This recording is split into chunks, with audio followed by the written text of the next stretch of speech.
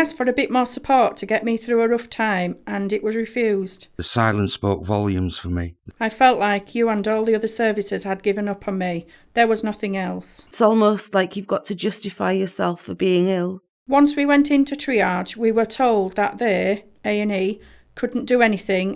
We were just advised to ring the social worker, who wasn't answering the phone. From my experience, the support's never there in the time that you need it. The service was excellent. Everything was done to make sure the crisis didn't escalate to where hospital admissions were required. Who's the expert? The person who has been to university or the person who actually lives with it? We know our condition better than anyone else. I don't care how long they have studied it or worked about it. I think attitudes are changing.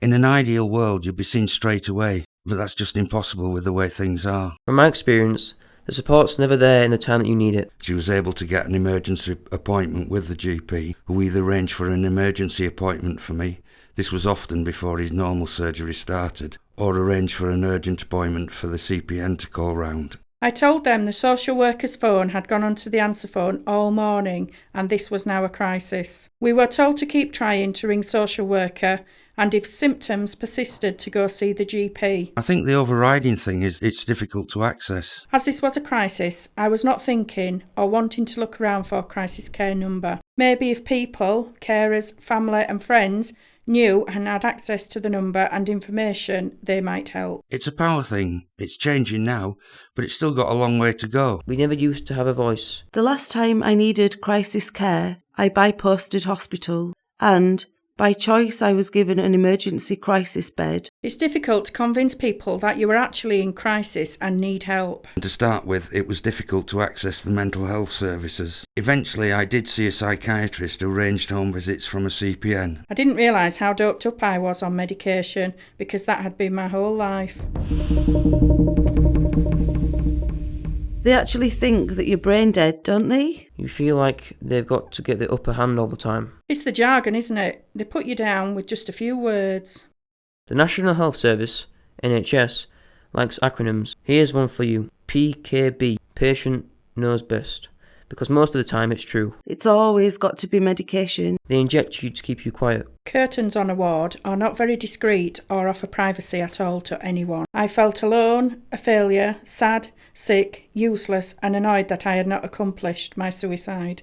I was made to sit on the ward with other patients, one of whom was suffering with cancer and had very little patience or time for someone like me. No one spent any time talking or asking me what or how I was feeling. They can make you feel worse than what you already are. Psychiatrists need to put themselves in the patient's shoes sometimes and think about how they would react. You can actually be sick with the effects of the medication. When I moved to Calderdale, I was seen by a psychiatrist and was told a CPN wasn't appropriate and I didn't need one. Being forced to undergo drug torture gave me suicidal thoughts. The quality of care I was given helped me, and I was treated well. I needed sleep and rest and nutrition and company, and this is what I received. What we need is a smoking room, clean socks and underwear, mandatory notification in writing of sections as being the only way to stop your staff from lying to us. I now know what psychiatrists do when they need to see somebody. They unburden themselves on their patients. Although it's supposed to be the same health authority,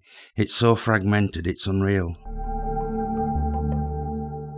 I was told to wait until crisis team came to assess me. I was sent to the discharge lounge in my pyjamas and had to wait there several hours until they turned up. I was still alone. They say all the wrong things to you, the CPN. My recovery is ongoing. I have broken down, but I've also broken through. I was told I'd have to change psychiatrists, but if I registered at the surgery over the road, I could keep the same psychiatrist. I've been quiet for so long and had to put up with absolutely appalling services. Now I'm better, I'm able to speak up. I was told crisis service would come out to me and I think they arrived 3 weeks later. Crisis team came out. I told them I was okay and was sent home. I was told that crisis team would come and visit me at my home. They came twice, said they would refer me to psychology. I later found out that they hadn't actually done that. Here, have some more tablets and I'll see you in a month. I'm quite lucky though. Now I've got a psychiatrist that doesn't just throw pills at you. He actually sits and listens. If you've got someone who's taking notice and interest in you as a person, rather than you've got this condition, It makes a world of difference. You also have to justify yourself for being better, because then they'll listen to you. Trapped behind glass. I'm here. Can you hear me? Hidden behind the silence. The blink of an eye, a drop of rain. I'm churning and churning all over again. Behind the unseen and the unknown, like a seed in the soil, already grown.